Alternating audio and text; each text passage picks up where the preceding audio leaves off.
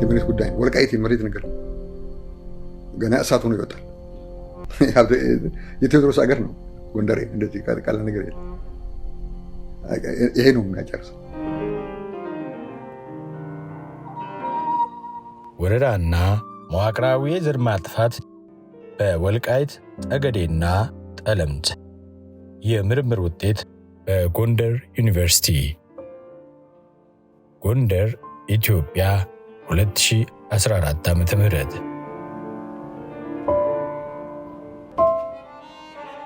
ምዕራፍ 6 የመገናኛ ብዙሃን አፈና። በምንችል መሰረት። የዚህ ጥናት ዋና ዓላማ ህወሓት በሚመራው የኢህአዴግ ዘመን በወልቃይት ጠገዴና ጠለምት የአማራ ህዝብ ላይ በደረሰው የዘር ጭፍጨፋና ግፍ ዙሪያ የመገናኛ ብዙሃን ጉዳዩን ከመዘገብና ከማጋለጥ አኳያ የነበራቸውን ተሳትፎ መዳሰስ ነው።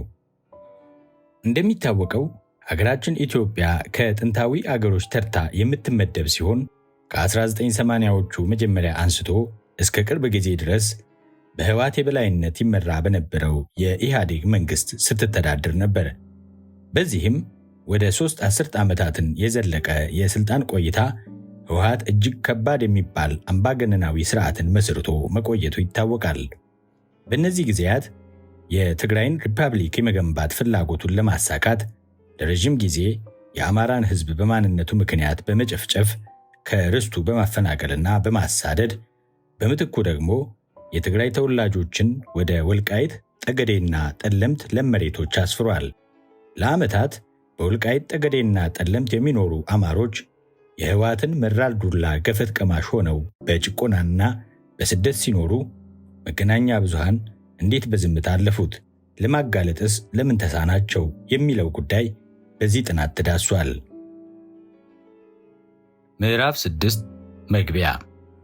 ተራ ቁጥር 2 መገናኛ ብዙሃንና ህብረተሰብ። መገናኛ ብዙሃን ወይንም ሚዲያ የኮሚኒኬሽን አንድ ንዑስ ዘርፍ ነው።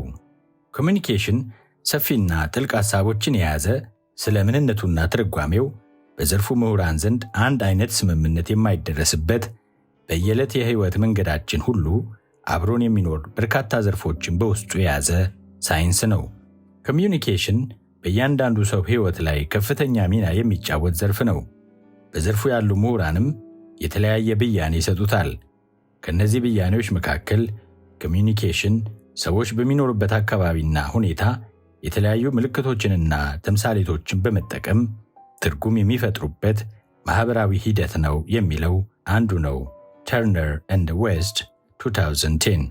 ኮሚዩኒኬሽን በአንድ ሰው ወይንም ኢንትራፐርሰናል ኮሚዩኒኬሽን ከአንድ በላይ በሆኑ ሰዎች መካከል ወይንም ኢንተርፐርሰናል ኮሚዩኒኬሽን እንዲሁም በመገናኛ ብዙሃንና በአድማጭ በአንባቢ ወይንም በተመልካች ማለትም ማስ ኮሚዩኒኬሽን መካከል የሚካሄድ የመረጃ ወይንም የመልእክት የመላክና የመቀበል ሂደት ነው።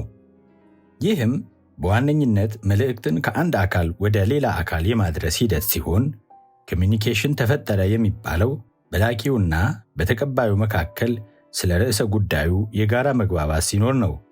መገናኛ ብዙሃን የሚለው ጽንሰ ሐሳብ በሰፊው ሲታይ እንደ ሬዲዮ፣ ቴሌቪዥን፣ የህትመት ውጤቶችና በበይነመረብ የሚተላለፉ ዘመን አመጣሽ የተግባቦት መንገዶችን ወይንም ኒው ሚዲያ ያመለክታል።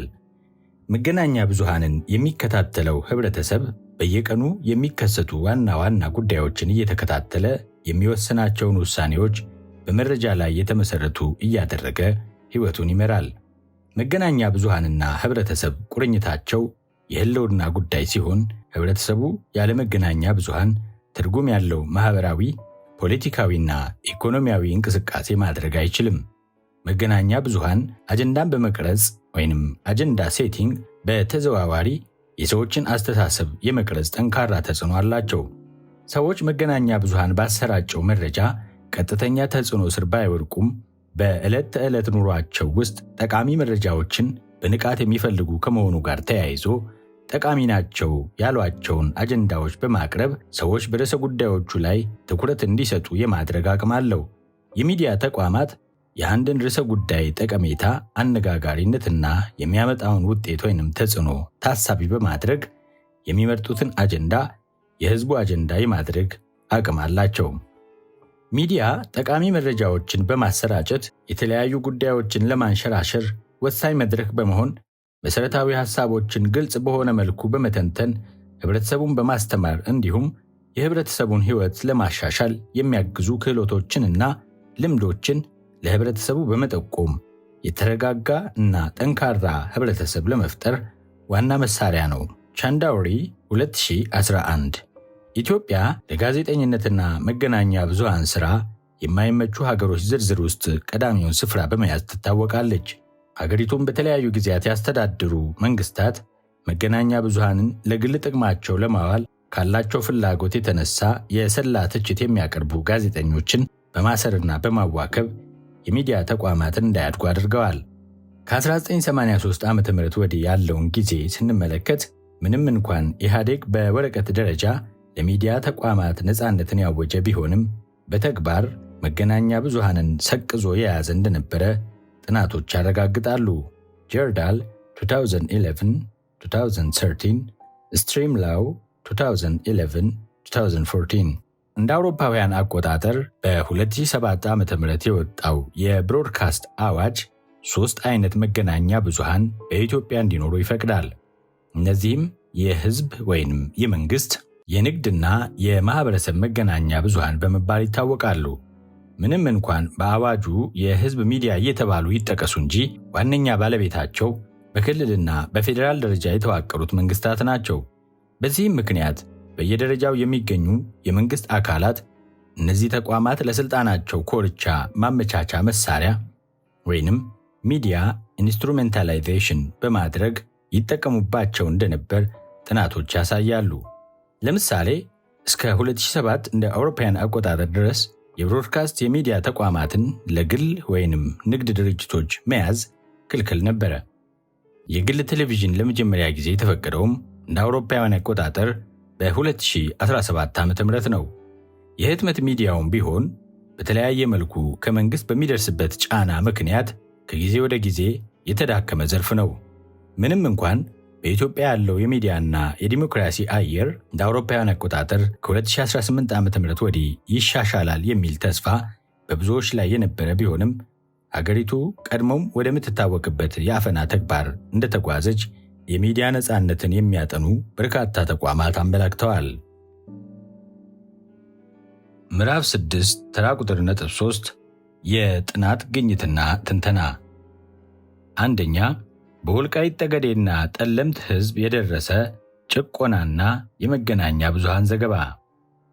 በዚህ የቴክኖሎጂ ዘመን መገናኛ ብዙሃን ለዜጎች የመረጃ የትምህርትና የመዝናኛ መንገድ በመሆን ከፍተኛ ሚና ይጫወታሉ። ከነዚህ የተለመዱ ተግባራት በተጨማሪ መገናኛ ብዙሃን የመንግስታትን ወይም ሌሎች ስልጣን ያላቸው አካላትን አሰራር የመመርመር እና የመፈተሽ ኃላፊነት ወይንም ዋችዶግ ሮል ይወጣሉ።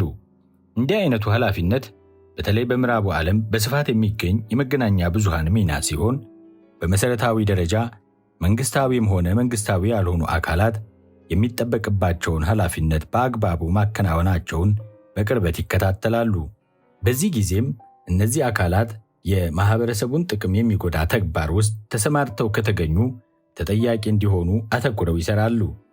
ከዚህ አንጻር መገናኛ ብዙሃን በተለያየ ጊዜያት የተፈጸሙ የሙስና ቅሌቶችንና ሰብአዊ መብት ጥሰት ያስከተሉ አካላት ላይ ሰፊ የምርመራ ዘገባዎችን በመስራትና በማጋለጥ በጉዳዩ የተሳተፉ ተጠያቂ እንዲሆኑ ከፍተኛ አስተዋጽኦ ያበረክታሉ። በዚህም ምክንያት የዳበረ ዲሞክራሲ የገነቡ ሀገሮች መገናኛ ብዙሃንን እንደ ጠቃሚ ማህበራዊ ተቋም ወይንም ሶሻል ኢንስቲትዩሽን ከማየት አልፈው እንደ አራተኛ የመንግስት አካል ወይንም ፎርዝ ስቴት በመቁጠር ለእድገታቸውም አስፈላጊውን ሁሉ ያደርጋሉ። ምንም እንኳን መገናኛ ብዙሃን ከላይ የተጠቀሱት አይነት መልካም አስተዋጽኦዎች ያሏቸው ቢሆንም በኢትዮጵያ ሲተገበሩ አይስተዋሉም።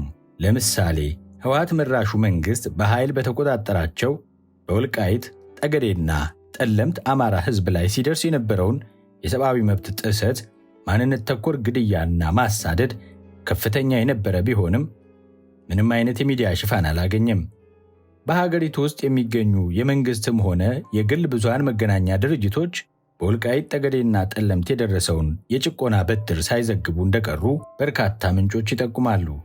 በዚህ የዳሰሳ ጥናት ከተሳተፉ ሰዎች መካከል አብዛኛዎቹ ወይንም 87.6% ምላሾች በአካባቢው የተካሄደው የዘር ማጽዳት ወንጀል በሚዲያ ተቋማት የመዘገብ ዕድል አግኝቷል ብለው እንደማያምኑ ገልጸዋል።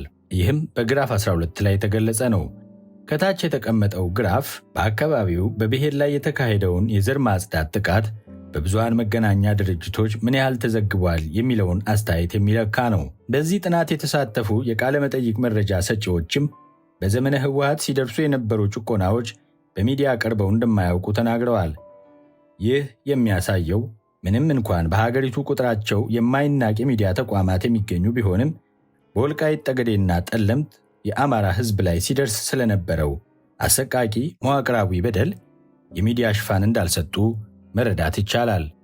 ግራፍ 12 በአካባቢው በአማራ ላይ የተካሄደውን የዘር ማጽዳት ጥቃት የመገናኛ ብዙሃን ዘገባን በተመለከተ የተሰጠ ምላሽ።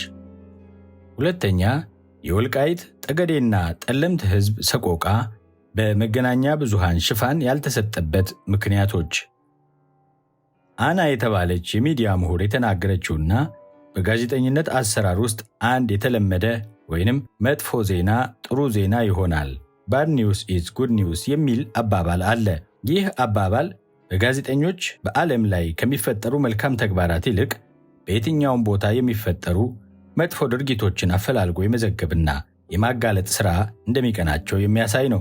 በዚህም ምክንያት አብዛኞቹ በመገናኛ ብዙሃን የምናገኛቸው ዘገባዎች በጦርነቶች፣ በግጭቶች፣ አደጋዎች፣ ወንጀሎችና መሰል ትኩረት ጫሪ ነገሮች ላይ ያተኮሩ ሆነው ይታያሉ። ከዚህ አንጻር ምንም እንኳን በህወሓት አማካኝነት በወልቃይትና አካባቢው አማራዎች ላይ ሲደርስ የነበረው ዘርፈ ብዙ ጭቆና ከሀገሪቱ አልፎ የዓለም አቀፍ ሚዲያ ተቋማትን ትኩረት መሳብ የነበረበት ቢሆንም አብዛኞቹ የሀገር ውስጥም ሆነ የውጭ ብዙሃን መገናኛዎች ይህን ግልጽ ሰቆቃ እንዳላዩ አልፈውታል። ግራፍ 13 በወልቃይትና አካባቢው በአማራ ላይ ሲደርስ የነበረውን ማንነት ተኮር የዘር ማጽዳትና የሚዲያ አፈና ምክንያቶች።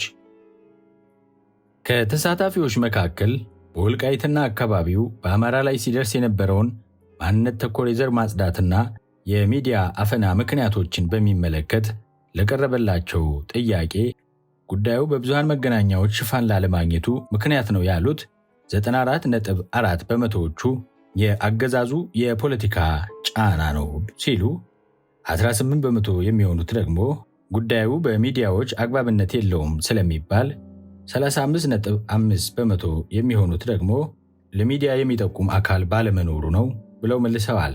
ሚዲያዎች በገዢው መንግስት ትዕዛዝ ብቻ ስለሚሰሩ ነው ያሉት ደግሞ 96.6% ናቸው። ከላይ በግራፍ 13 እንደተገለጸው የሀገራችን ብዙሃን መገናኛዎች በተጠቀሰው ጉዳይ ላይ ሽፋን ያልሰጡበት የመጀመሪያው ምክንያት በወቅቱ የነበረው ህወሓት መራሹ አገዛዝ በተቋማቱና በጋዜጠኞች ላይ ያስከትል የነበረው ፖለቲካዊ ጫና እንደሆነ ይህ ጥናት አሳይቷል። ለምሳሌ በዳሰሳ ጥናቱ ከተሳተፉት መካከል ከፍተኛ መጠን ያላቸው ምላሾች ማለትም 94.4% ህወሓት መራሹ መንግስት በሚዲያ ተቋማት ላይ ያሳድር በነበረው ጫና ምክንያት ጋዜጠኞችም ሆኑ የሚዲያ ተቋማቱ በግልጽ ይታይ የነበረውን አፈና በዝምታ አልፈውታል ብለው እንደሚያምኑ ገልጸዋል። ከዚህ ጋር በተያያዘ ቀደም ሲል የተሰሩ ጥናቶች እንደሚያመለክቱት የኢትዮጵያ መንግስት በመገናኛ ብዙሃንና ሰራተኞቻቸው ላይ ከባድ ጫና ከሚያሳድሩ ሀገሮች ተርታ እንደምትመደብ አሳይተዋል። ጀርዳል በ2017፣ ሜንቼል በ2017 እና በ2020፣ ዳጊም በ2013፣ ስትሪምላው በ2014። በዚህ ምክንያት በሀገራችን የሚገኙ ጋዜጠኞች ዝቅተኛ የሙያ ነፃነት ወይንም ጆርናሊስቲክ አውቶኖሚ ያላቸውና ከፍተኛ በሆነ የመንግስት ወከባ ውስጥ ስራቸውን የሚያከናውኑ ናቸው። ጥናቱ የተካሄደባቸው ቦታዎች ያለምንም ህጋዊ መሰረት ወደ ትግራይ ክልል በኃይል የተወሰዱ በመሆናቸው ማናቸውንም የማንነት ጥያቄ ያላቸውን አማራዎች ለእስርና እንግልት ይዳርግ እንደነበር ከዚህ በፊት ባሉት ምዕራፎች ተገልጠዋል። ሆኖም ግን እንዲህ አይነቱ አፈናና ሰብአዊ መብት ጥሰት በሚዲያ እንዳይወጣ ህወሓት ታሳሪዎችን ከወልቃይት ጠገዴና ጠለምት እያፈነ ወደ ተለያዩ ማጎሪያና ማሰቃያ ቦታዎች በመውሰድና በመሰወር ጭምር ነበር። የጥናቱ አይነተኛ መረጃዎችም ይህንኑ በጋዜጠኞች ላይ የሚደርስ ጫና የሚያጠናክሩ ናቸው። ለምሳሌ በጥናቱ የተሳተፈ የጋዜጠኝነት ባለሙያ እና ቁልፍ የመረጃ ሰጪ እንደገለጸው በጋዜጠኝነት ሙያ ውስጥ ከ10 ዓመት በላይ ቆይቻለሁ። እንደ አጋጣሚ ሆኖ እነዚህን ዓመታት ያሳለፍኳቸው በመንግስትና ከመንግስት ጋር ቅርበት ካላቸው የሚዲያ ተቋማት ተቀጥሬ ነው። በወልቃይትና አካባቢው የሚኖሩ ሰዎች በአካባቢው ካለው አስተዳደር ጋር ያላቸውን ቅራኔና ከዚያም የሚደርስባቸውን ጫና አብዛኛው ጋዜጠኛ ያውቀዋል። ሆኖም ግን ጉዳዩ በህወሓት በኩል ያለው አመለካከት እጅግ ሴንሲቲቭ እንደሆነ ስለምንረዳ አንዲት መስመር እንኳን ለመጻፍ እንፈራ ነበር። ይህ ጉዳይ በመንግስት ሚዲያ ፈጽሞ መወራት የሌለበት ጉዳይ ተደርጎ የሚታይ ነበር። ግንቦት 6 2013 ከጠዋቱ 3 ሰዓት ተኩል አዲስ አበባ ኢትዮጵያ ከተደረገ ቃለ መጠይቅ። ከዚህ መረዳት እንደሚቻለው በጊዜው የነበረው ህወሓት መራሹ መንግስት በወልቃይት ጠገዴና ጠለምት ህዝብ የሚነሱ ጥያቄዎች በሚዲያ ተቋማት እንዳይዘገቡና እንዳይወጡ በተቋማቱ ውስጥ የሚሰሩ ጋዜጠኞች ላይ ሳይቀር አፈና ያካሂድ ነበር። በተጨማሪም የነበረውን የዘር ማጥፋት ወንጀል ወይንም ግድያ፣ እስር፣ ድብደባ፣ ማንነትን ማንቋሸሽ፣ ማፈናቀልና ማሳደድ ሲደርስ ብዙሃን መገናኛ ድርጅቶች በአግባቡ ያልዘገቡበት ምክንያት ተቋማቱ ስልጣን ላይ በነበረው የህወሓት ኃይል የሚታዘዙ በመሆናቸው ነው።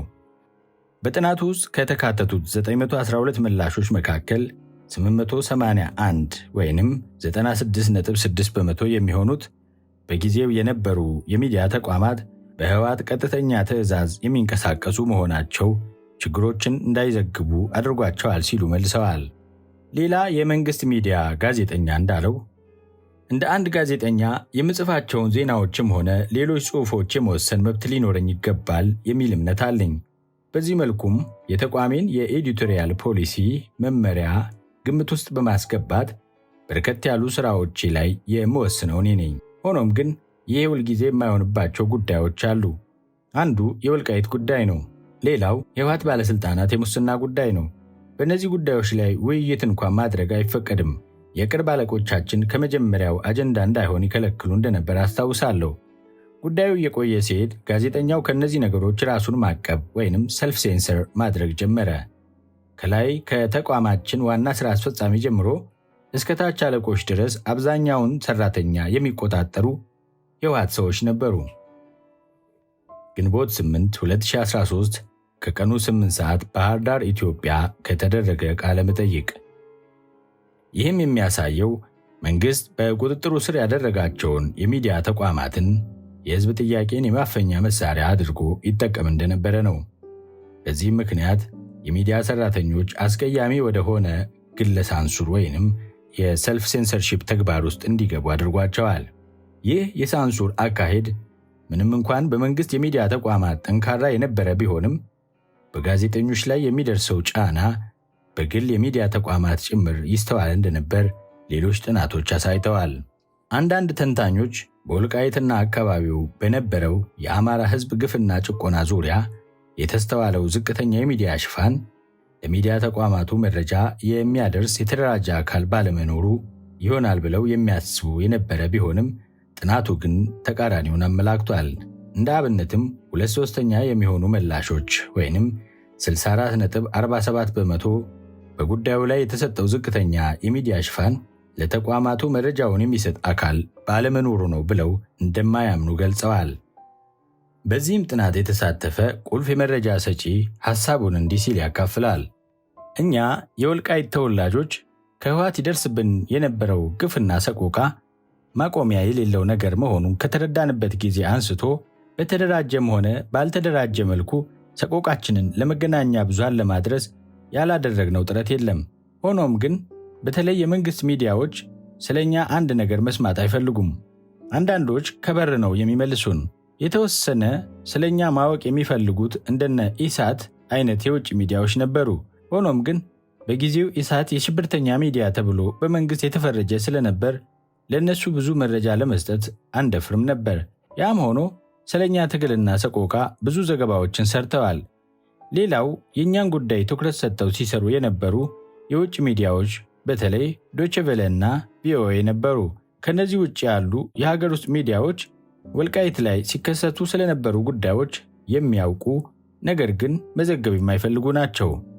ሚያዝያ 10 2013 ከጠዋቱ 3 ሰዓት ደጀና ወልቃይት ኢትዮጵያ የተደረገ ቃለ መጠይቅ። ከላይ የተቀመጠው ሐሳብ እንደሚገልጸው የተለያዩ የሀገር ውስጥ የሚዲያ ተቋማት ህወሓት ወልቃይትና አካባቢው ህዝብ ላይ ሲያደርስ የነበረውን ጭቆና መረጃው የነበራቸው ነገር ግን ጉዳዩን ለማጋለጥ ፍላጎቱ ያልነበራቸው እንደነበሩ ለመረዳት ይቻላል።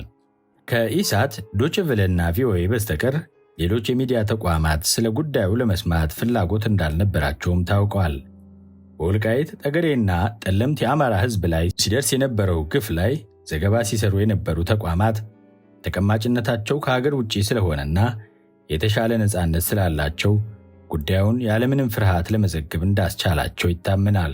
እንደ አብዛኞቹ ሚዲያ ላይ አፈና እንደሚያደርሱ መንግስታት ህወሓት መራሹ ኢህአዴግ መንግስት በሀገራችን የሚዲያ ተቋማትና ጋዜጠኞች ከሙያው የሚጠበቅባቸውን ኃላፊነት ለመወጣት እንዳይችሉ የሚያደርጉ ከልካይ ተግባራትን ይፈጽም እንደነበረ ጥናቶች ያመለክታሉ። በዚህም ከመንግስት ይደርስ በነበረው ጫና ምክንያት በርካታ ጋዜጠኞች ለእስርና እንግልት ይዳረጉ ነበር። ከዚህ ጋር ተያይዞም ኢትዮጵያ በዓለም አቀፍ ደረጃ የሚዲያና መረጃ ነፃነትን ከሚነፍኩ ሀገራት ከመጀመሪያዎቹ ተርታ ላይ እንድትመደብ አድርጓታል።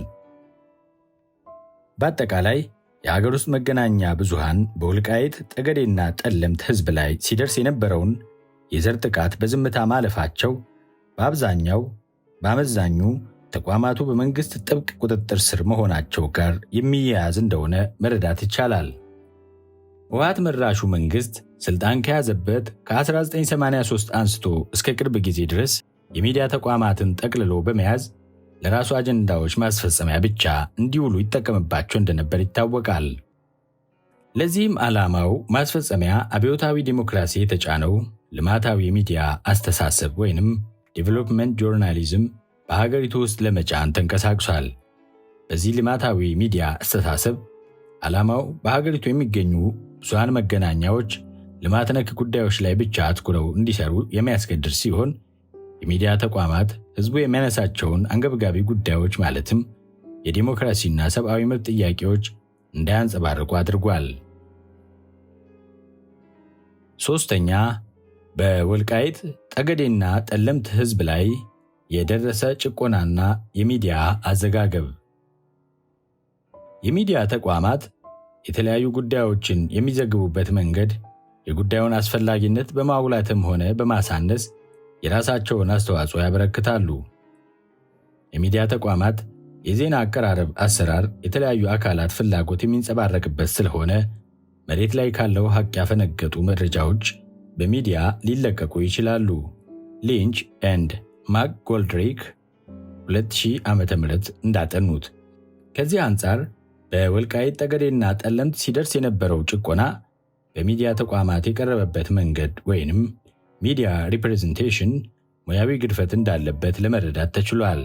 ከታች የሚገኘው ሰንጠረዥ ብዙሃን መገናኛ ድርጅቶች በአማራ ላይ የደረሰውን የዘር ማጥፋት ወንጀል የዘገቡበትን መንገድ ይዳስሳል። በዚህ ጥናት ከተሳተፉት መጠናዊ መረጃዎች መካከል 58.1% የሚሆኑት መላሾች የተፈጸመውን ዘር ማጥፋት ተግባር የማፈን አካሄድ ይስተዋል ነበር ብለው እንደሚያምኑ ገልጸዋል። ይህም የሚያሳየው በወልቃይትና አካባቢው ይደርስ የነበረውን ማንኛውንም አይነት የዘር ጥቃት በመገናኛ ብዙሃን እንዳይቀርብ ይደረግ እንደነበረ ነው። በተመሳሳይ ሁኔታ 38.16 የሚሆኑ መላሾች ደግሞ የሚዲያ ተቋማት አዘጋገብ አድሏዊነት ይስተዋልበታል ብለው እንደሚያምኑ ተናግረዋል። ይህም ማለት ሚዲያ ተቋማት በወልቃይትና አካባቢው ሲደርስ የነበረውን የሰብአዊ መብት ረገጣ ነፃ ሆነው ከመመርመር ይልቅ የህወሓት ፖለቲከኞችን መስመር ተከትለው ጉዳዩን በተዛባ መልኩ ለማቅረብ ይሰሩ እንደነበረ ገልጸዋል። በጥናቱ የተሳተፉ የቃለ መጠይቅ መረጃ ሰጪ እንዲህ ሲሉ ያብራራሉ። አንዳንድ የመንግስት ሚዲያ ተቋማት የወልቃይትን ህዝብ ጥያቄ አላስፈላጊና ከማይገናኝ ነገር ጋር ሲያገናኙት ነበረ። ለምሳሌ የወልቃይት ማንነት ኮሚቴ አባላትንና አጠቃላይ እንቅስቃሴውን ኢዲሞክራሲያዊ የሆነ የሽብርተኛ ተግባር እንደሆነ፣ አባላቱም ሽፍቶች እንደሆኑ አድርገው ያቀርቧቸው ነበረ። ይህ በተለይ በትግራይ ቴሌቪዥንና በድምፀ ወያኔ በስፋት የሚስተዋል ነበረ። ሚያዝያ 10 2013 ከጠዋቱ 5 ሰዓት ቃብቲያ ኢትዮጵያ ከተደረገ ቃለ መጠይቅ። በአጠቃላይ ሲታይ የተለያዩ የሚዲያ ተቋማት የወልቃይትን ጉዳይ የዘገቡበት መንገድ የጉዳዩን አስፈላጊነት በመቀነስና ከሕዝብ እይታ በመደበቅ አለፍ ሲል የማዛባት ተግባር ይስተዋልበት እንደነበር ከመረጃ ምንጮች ለመረዳት ተችሏል። ሰንጠረዥ 16 የአማራን ሕዝብ ዘር ማጽዳትና የሚዲያዎች አዘጋገብ። ብዙሃን መገናኛ ድርጅቶች በአማራ ላይ የደረሰውን የዘር ማጽዳት የዘገቡበት መንገድ ወይንም ሚዲያ ፍሬሚንግ እንዴት ይገልጹታል? አንደኛ፣ ሚዛናዊ ነው በማለት የገለጹ 34%፣ 3.7 በመቶ። አድሏዊነት የሚስተዋልበት ነው ያሉት ደግሞ 348 ናቸው፣ በመቶኛ 38.16 በመቶ። የዘር ማጽዳቱ የማፈን አካሄድ ይስተዋላል ያሉት 530 ናቸው፣ በመቶኛ ሲቀመጡ 58.1 በመቶ። አራተኛ፣ የሚዲያ ተደራሽነት በወልቃይት ጠገዴና ጠለምት። ህወሓት መራሹ የኢህአዴግ መንግሥት ከሕዝቡ ፍላጎት ውጪና ያለምንም ሕጋዊ መንገድ ወልቃይትና አካባቢውን ወረራ በማድረግ ወደ ትግራይ ክልል በኃይል በመከለሉና በሕዝቡ ላይ ያደርስ የነበረውን የግፍ ጫና ለመቋቋም ከ1972 ዓ.ም ጀምሮ የተለያዩ የትግል መንገዶችን በመከተል የማንነትና የነጻነት ትግል ያካሄድ እንደነበረ ከዚህ በፊት በምዕራፍ 2 በስፋት ተዳሷል። ከ2008 ዓ.ም ጀምሮ ደግሞ የወልቃይት አማራ ማንነት አስመላሽ ኮሚቴ የሚል ሕጋዊ ማኅበር በማቋቋም ጥያቄዎችን ዲሞክራሲያዊ በሆነ መንገድ ለመንግሥት ያቀርቡ ነበረ። ምንም እንኳን ይህ ማኅበር በሀገሪቱ እንደሚገኝ አንድ ሕጋዊ የሲቪክ ማኅበር ተቋም የተመሠረተ ቢሆንም በርካታ የመንግሥት ብዙሃን መገናኛዎች ተቋሙን እንደ ኢዲሞክራሲያዊ አደረጃጀትና የሽብር ቡድን የማየት አካሄድ እንደነበራቸው በጥናቱ የተሳተፉ ምላሾች ገልጸዋል። ለምሳሌ ከ912 የዳሰሳ ጥናት ተሳታፊዎች መካከል አብዛኛዎቹ ምላሾች የወልቃይት ጠገዴና ጠለምት ሕዝብ ጥያቄዎቹንና ብሶቱን በሚዲያ ለማቅረብ በቂ ዕድል አግኝቷል ብለው እንደማያምኑ ተናግረዋል። ይህም በግራፍ 14 የተገለጸ ነው። በሀገሪቱ የህወሓትን ፕሮፓጋንዳ ሲያስተጋቡ የነበሩ መገናኛ ብዙሃን በወልቃይት ጠገዴና ጠለምት አማራ ሕዝብ ላይ ሲደርስ የነበረውን ጭቆና ሙሉ በሙሉ ይክዱ እንደነበረ በጥናቱ ተሳታፊ የነበሩ ቁልፍ መረጃ ሰጪዎች ተናግረዋል። ይልቁንም የህወሓትን አጀንዳ የተሸከሙ የሚዲያ ተቋማት አበክረው ይሰሩ የነበሩት በወልቃይትና አካባቢው ያሉት ዜጎች ለዘመናት የኖሩበትን የአማራነት ባህልና ትውፊት በመተው ወደ ትግሬነት እንዲቀይሩ ማድረግ ነበር። ለዚህ ማሳያ የሚሆነው ደግሞ የወልቃይት አማራ ማንነት ጥያቄ እያየለ በመጣ ጊዜ በወልቃይትና አካባቢው የሚኖረው ህዝብ የትግራይ ማንነት እንዳለው የሚያሳዩ የተለያዩ ዘጋቢ ፊልሞችን፣ የባህል ፌስቲቫሎችንና የበዓል የቴሌቪዥን ፕሮግራሞችን ማዘጋጀታቸው ነው። ሆኖም ይህ ህዝብን ያለ ባህልና ትውፊት የማስቀረት ህወሓታዊ የባህል ወረራ ሳይሳካ እንደቀረ አሁንም በወልቃይት ጠገዴና ጠለምት ህዝብ ለዘመናት ተጠብቆና ጸንቶ ያለው የአኗኗር የሰርግና የለቅሶ ስርዓት የአማራ ባህል አንዱ ምስክር ነው። ግራፍ 14 የወልቃይት ጠገዴ አማራ ማንነት ትግልና ሚዲያ የማግኘት ዕድል። ጥያቄው ከቀረበላቸው ከ912 ተሳታፊዎች መካከል ሚዲያ የማግኘት ዕድል አለ በማለት የመለሱ 2 በመቶ ናቸው። ለመወሰን ይቸገራለሁ ያሉት ደግሞ 7 በመቶ ሲሆኑ 91 በመቶ የሚሆኑት ሚዲያ የማግኘት ዕድል የለም ብለው እንደሚያምኑ መልሰዋል። አራተኛ፣ አማራጭ መገናኛ ብዙሃን በወልቃይት ጠገዴና ጠለምት። ከላይ ባሉት ርዕሶች በወልቃይትና አካባቢው የሚገኘው የአማራ ሕዝብ 4 አስርተ ዓመታትን ባስቆጠረ የሚዲያ አፈና ውስጥ እንደኖረ ተጠቅሷል። በዚህ ጥናት ከተሳተፉት 912 ሰዎች መካከል ሁሉም በሚባል ደረጃ 98.2 በመቶ የሚሆኑት ምላሾች የአማራ ሕዝብ ማንነቱንና ባህሉን የሚያበለጽግበት እንዲሁም ወቅታዊ መረጃዎችን የሚያገኝበት የሚዲያ አማራጭ አለ ብለው እንደማያምኑ ተናግረዋል። በተመሳሳይም የዚህ ጥናት ተመራማሪዎች በአካባቢው ባደረጉት ተደጋጋሚ የመስክ ምልከታ የወልቃይት ጠገዴና ጠለምት አብዛኞቹ አካባቢዎች የህወሓት ፕሮፓጋንዳ ልሳን ከሆኑት ድምፀ ወያኔና የትግራይ መገናኛ ብዙሃን ውጪ ለሌላ ሚዲያ ተቋም ተደራሽ ወይንም ሚዲያ አክሰሰብል እንዳልሆኑ ለማረጋገጥ ተችሏል። የሚዲያ ተደራሽነትን በሚመለከት የበለጠ አስገራሚ የሚያደርገው ነገር ቢኖር በአካባቢው የሚኖረው ህዝብ የህወሓትን ሚዲያዎች ብቻ እንዲያደምጥ አስገዳጅ ሁኔታ መኖሩ ነው። በዚህ ጥናት በተደረገ ውስን ተተኳሪ ቡድን ውይይት የተሳተፈ አንድ መረጃ ሰጪ እንደገለጸው እኛ ከደረሰብን ግድያና ዘር ማጥፋት ግፍ በላይ ህዝቡ የሚፈልገውን ሚዲያ እንዳይከታተል እገዳ ይጣል ነበር።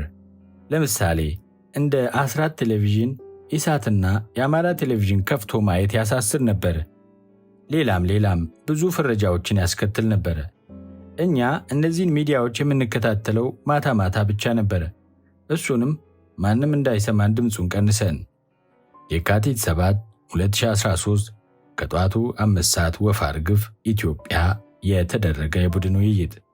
በተመሳሳይም ሌላ በመምህርነት ሥራ ላይ የተሰማራ መረጃ ሰጪ እንዲህ ሲል ይጨምራል። የሆነ ጊዜ አንድ የህወሓት ኃላፊ የነበረ ሰው ቤቴ ይመጣና የአማራ ቴሌቪዥንን እየተመለከትን አይቶን ሄደ። የሰውየው አመጣጥ ያልታሰበ ስለነበር እነሱ እንድናዳምጥ የሚነግሩን ትግራይ ቴሌቪዥን መቀየር አልቻልንም ነበር። ሰውየው በሰዓቱ ምንም ሳይናገር ነበር ሄደው። ከዚያ በኋላ ግን በሆነ ባልሆነ ቀበሌ ጠራ ጀመረ። መጨረሻ ላይ አንዱ እንዲያውም እኮ አንተ ቤት ውስጥ ምን ስታዳምጥ እንደምታደር እናውቃለን አለኝ። የካቲት 11 2013 ከጠዋቱ 4 ሰዓት በአከር ኢትዮጵያ ከተደረገ ቃለ መጠይቅ። በአጠቃላይ ከቁልፍ መረጃ ሰጪዎች መረዳት የሚቻለው ነገር በወልቃይትና አካባቢው የሚኖረው ህዝብ መረጃ የሚያገኝበት አማራጭ መገናኛ ብዙሃንን የማግኘት ዕድል እንዳልነበረውና የሚፈልጉትን መረጃ ከመረጡት የሚዲያ ጣቢያ ማግኘት እንደማይችሉ ነው። በተጨማሪም ማህበረሰቡ የፈለገውን ሚዲያ በራሱ እንዳይመርጥ ከባድ ክልከላ ይካሄድ እንደነበር በጥናቱ ለማረጋገጥ ተችሏል። መረጃ እንደ መሰረታዊ ፍላጎት በሚታይበት 21ኛው ክፍለ ዘመን በወልቃይትና አካባቢው ህዝብ ላይ የተካሄደው የሚዲያ አፈና ሌላኛው የህወሓት ጭቆና መሳሪያ እንደነበር ያሳያል። ይህም በአካባቢው ያለውን ማህበረሰብ በፕሮፓጋንዳ አማካኝነት የትግሬ ማንነትን እንዲላበስ የማድረግ ወይንም አሲሚሌሽን ግቡን እውን ለማድረግ የሚሄዱበትን ርቀት ያስገነዝባል። ይህ የሚዲያ አፈና በወልቃይትና አካባቢው እጅግ የከፋ ይሁን እንጂ በሌላው የአማራ ክልል አካባቢዎች ተስፋፍቶ የወልቃይትን ጉዳይ የሚዘግቡና የነበረውን መንግስት የሚቃወሙ እንደነ ኢሳት ያሉ ሚዲያዎች የሚተላለፉባቸው ሳተላይት ሳህኖች ወይም ዲሽ እስከ ማስወረድ ደርሶ ነበር። የመገናኛ ብዙሃንን በነፃነት የማግኘት ጉዳይ ለወልቃይትና አካባቢው ማህበረሰብ በቅርቡ ነፃነቱን ካገኘ በኋላም ያልተፈታ ነገር ሆኗል። አሁንም ቢሆን በርከት ያሉ የወልቃይት ጠገዴና ጠለምት አካባቢዎች ለሚዲያ ስርጭቶች በአግባቡ ተደራሽ ያልሆኑና አሁንም ድረስ የህወሓትን ፕሮፓጋንዳ የሚያስተጋቡ መገናኛ ብዙሃን ተቋማት ብቻ ተደራሽ መሆናቸው ታይቷል። በዚህ ጥናት ከተሳተፉት መካከል 98.2 በመቶ የሚሆኑት ምላሾች ወልቃይትና አካባቢውን ህዝብ የሚያገለግሉ የሚዲያ አማራጮች እንደሌሏቸው ሪፖርት አድርገዋል። 5ኛ ተመራጭ የሆኑ የመገናኛ ብዙሃን። ምንም እንኳን መገናኛ ብዙሃን በምንገኝበት ዘመን ለሰዎች ዕለታዊ ኑሮ ለመምራት አይነተኛ ጥቅም ያላቸው ቢሆንም የወልቃይት ጠገዴና ጠለምት አማራ ህዝብ ከፍተኛ የሚዲያ አፈና ስር እንደኖረ ከላይ ባሉት የጥናቱ ክፍሎች ተመላክቷል። አካባቢው ከህወሓት የግፍ ቀንበር ነፃ ከወጣ በኋላ ከማህበረሰቡ አኗኗር ዘይቤ ጋር የተሰናሰነ መገናኛ ብዙሃን ማቅረብ እንዲቻል ይህ ጥናት የህዝቡን ፍላጎት ወይንም ኦዲየንስ ሰርቬይ ለመዳሰስ ሞክሯል። ከስር በሚገኘው ግራፍ እንደተቀመጠው በጥናቱ ከተሳተፉት መካከል አብዛኞቹ ወይንም 65.5 ምላሾች ሬዲዮን በተለይም የማህበረሰብ ሬዲዮን ለአካባቢው ህዝብ ተመራጭ ሚዲያ አድርገው ይወስዳሉ። ከአጠቃላይ ተሳታፊዎች መካከል ሩብ የሚሆኑት ምላሾች ደግሞ ቴሌቪዥን ተመራጭ ሚዲያ አድርገው አስቀምጠዋል። የህትመት ሚዲያዎች ዝቅተኛ ወይንም 8% ተመራጭ ሚዲያዎች እንደሆኑ ያሳያል። በተመሳሳይም ከዚህ ቀደም በእነ አስማማው አዲስና ሌሎችም 2020 የተሰራ ጥናት እንደሚያሳየው ሬዲዮ በጎንደርና አካባቢው በሚገኙ ህዝቦች እንደ ተቀዳሚ የመረጃ ምንጭ እንደሆነ ያስረዳል። ግራፍ 15 በወልቃይት ጠገዴና ጠለምት አካባቢ ተመራጭ የሆኑ መገናኛ ብዙሃን። 6ኛ የአማራ ህዝብ ሰቆቃና የዓለም አቀፍ ማህበረሰብ አረዳድና ምልከታ። የዓለም አቀፉ ማህበረሰብ በተለይም ምዕራባውያን በተለያዩ የዓለማችን ክፍሎች የሚደርሱ ዘር ተኮር ጭፍጨፋዎችን በማውገዝና ተሳታፊዎቻቸውንም ተጠያቂ በማድረግ ይታወቃሉ። በአማራ ህዝብ ላይ ሲደርስ የነበረውን ግፍና ሰቆቃ የዓለም አቀፉ ማህበረሰብ ያለው አረዳድ ሁኔታ ብዙዎችን ሲያከራክር ቆይቷል። ከዚህም አንጻር በጥናቱ የተሳተፉ 82.53% ምላሾች ዓለም አቀፉ ማህበረሰብ የወልቃይትና አካባቢውን ግፍ በአግባቡ ተረድቶታል ብለው እንደማያምኑ ገልጸዋል። እንደነዚህ ምላሾች ከሆነ አማራው በህወሓት ሲደርስበት የነበረውን ግፍና ጭቆና ለማስረዳት ሰፊ ሥራ ማከናወን እንዳለበት ይገልጻሉ። ሆኖም ግን አነስተኛ ቁጥር ያላቸው ምላሾች ወይንም 11.21% በወልቃይትና አካባቢው በሚኖረው የአማራ ህዝብ ላይ ሲደርስ የነበረውን ህወሓታዊ ሰቆቃ ዓለም አቀፉ ማህበረሰብ ያውቀዋል ብለው እንደሚያስቡ ተናግረዋል። ይህም በግራፍ 16 የተገለጸ ነው። በዚህ ጥናት ውስጥ በቃለ መጠይቅ የተሳተፉ በርካታ ቁልፍ መረጃ ሰጪዎች በአማራው ላይ ሲደርስ የነበረውን ግፍና ሰቆቃ በዓለም አቀፉ ማህበረሰብ የሚታወቅ መሆኑን በማንሳት ይከራከራሉ። እንደነዚህ መረጃ ሰጪዎች ከሆነ ዓለም አቀፉ ማህበረሰብ በኢትዮጵያ ውስጥ የገነቡትን ሰፊ የስለላና የመረጃ ስብሰባ መስመር መኖሩን በመጥቀስ በሀገሪቱ የተለያዩ ክፍሎች የሚከሰቱ የሰብአዊ ጥሰት ድርጊቶችን ጠንቅቀው የሚያውቁ ቢሆንም ተላላኪያቸው ከሆነው ህወሓት ጋር ባላቸው የጥቅም ጋርዮሽ ምክንያት ወደ አደባባይ ሳይወጣ የቀረ ነገር እንደሆነ ያስረዳሉ። ለምሳሌ አንድ ቁልፍ የመረጃ ሰጪ ከሁመራ ከተማ እንዲህ ሲሉ ያስረዳሉ። ዓለም አቀፉ ማህበረሰብ በተለይ አሜሪካና እንግሊዝ ለህወሓት ከትጥቅ ትግል ጊዜ ጀምሮ ውግንና አላቸው። ጦርነቱን አሸንፈው ስልጣን እንዲይዙ አሜሪካ ሁሉን አቀፍ የትግል ድጋፍ ታደርግላቸው ነበር። ሀገሪቱን ከተቆጣጠሩ በኋላም ህወሓት በወልቃይትና በሀገሪቱ ላይ ከፍተኛ የሆነ የሰብአዊ መብት ጥሰት ስታካሂድ አብዛኛው የምዕራቡ ዓለም ጥቅማቸውን ብቻ እያሰቡ ጸጥ ማለትን መርጠዋል። ህወሓት ስታደርስ የነበረውን ግፍ አያውቁም ብዬ አላስብም። ሆን ብለው ለመተው መርጠዋል። መጋቢት 15 2013 ከጠዋቱ 3 ሰዓት ሁመራ ኢትዮጵያ ከተደረገ ቃለ መጠይቅ። ከዚህ መረዳት የሚቻለው ዓለም አቀፉ ማህበረሰብ ከህወሓት መራሹ መንግስት ጋር በፈጠረው ግልጽ ወገንተኝነት ምክንያት በድርጅቱ ሲደርሱ ለነበሩ ኢሰብአዊ ወንጀሎች ተጠያቂ ከማድረግ ታቅበዋል። በተጨማሪም ምዕራባውያን ሀገራት የአማራን ህዝብ ሌሎች ኢትዮጵያውያንን ሲጨቁን እንደነበር አድርገው የሚያምኑ መሆናቸው በህዝቡ ላይ የሚደርሰውን ጭቆና እንዳላዩ እንዲያልፉ አድርጓቸዋል ብለው እንደሚያምኑ ብዙ ቁልፍ መረጃ ሰጪዎች ተናግረዋል። ግራፍ 16 የአማራ ህዝብ ሰቆቃና የዓለም አቀፍ ማህበረሰብ አረዳድና ምልከታ። 7ኛ መደምደሚያ። ይህ ጥናት በህወሓት መራሹ የኢህአዴግ ዘመን በኃይል ወደ ትግራይ ክልል ወደ ተካለሉት የወልቃይት ጠገዴና ጠለምት ህዝቦች ላይ ሲደርስ የነበረውን የዘር ማጽዳትና የሚዲያ አፈና ሚና የሚዳስስ ነው። ከላይ ባሉት የጥናቱ ምዕራፎች እንደተገለጸው ህወሓት የወልቃይትንና አካባቢውን መሬት ከረገጠበት ጊዜ አንስቶ ከፍተኛ ሰብአዊ መብት ረገጣና ጭቆና ሲያደርስ ቆይቷል። ሆኖም ግን መገናኛ ብዙሃን በተስፋፉበት የ21ኛው ክፍለ ዘመን እንኳን በህዝቡ ላይ ሲደርስ የነበረው ዘር ተኮር ጥቃት በቂ የሚዲያ ሽፋን እንዳላገኘ በዚህ ጥናት ታይቷል። ከተወሰኑ የውጭ ሚዲያ ተቋማት በስተቀር የሀገር ውስጥ የሚዲያ ተቋማት በወልቃይትና አካባቢው ሲካሄድ የነበረውን ዘር ተኮር ጭቆና ለማጋለጥ የነበራቸው ተሳትፎ ደካማ እንደነበር ታይቷል።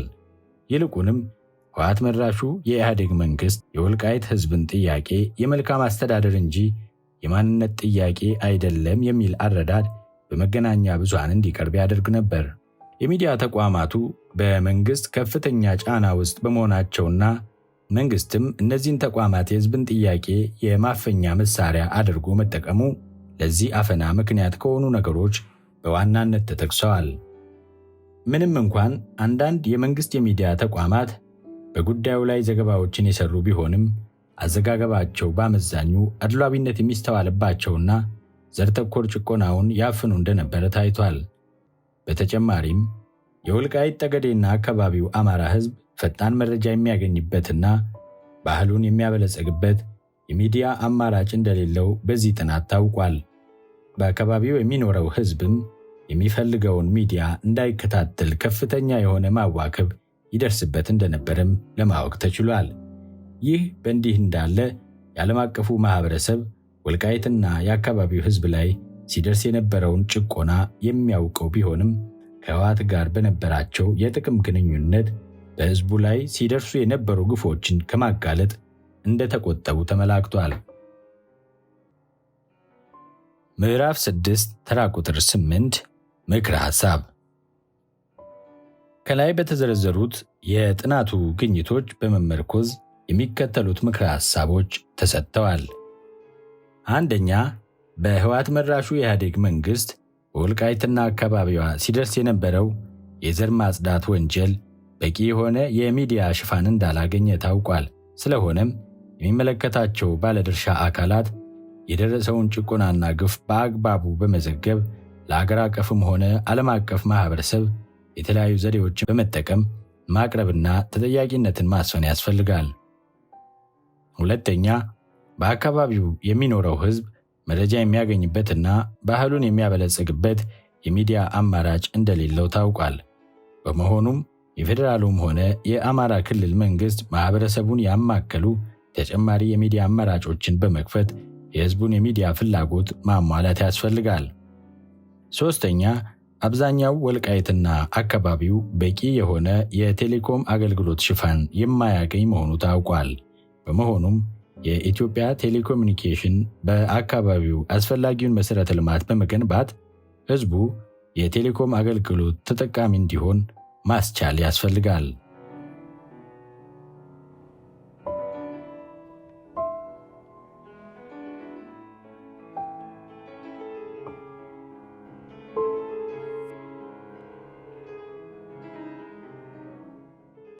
ምዕራፍ 7 የመጽሐፉ መደምደሚያና ምክረ ሐሳብ።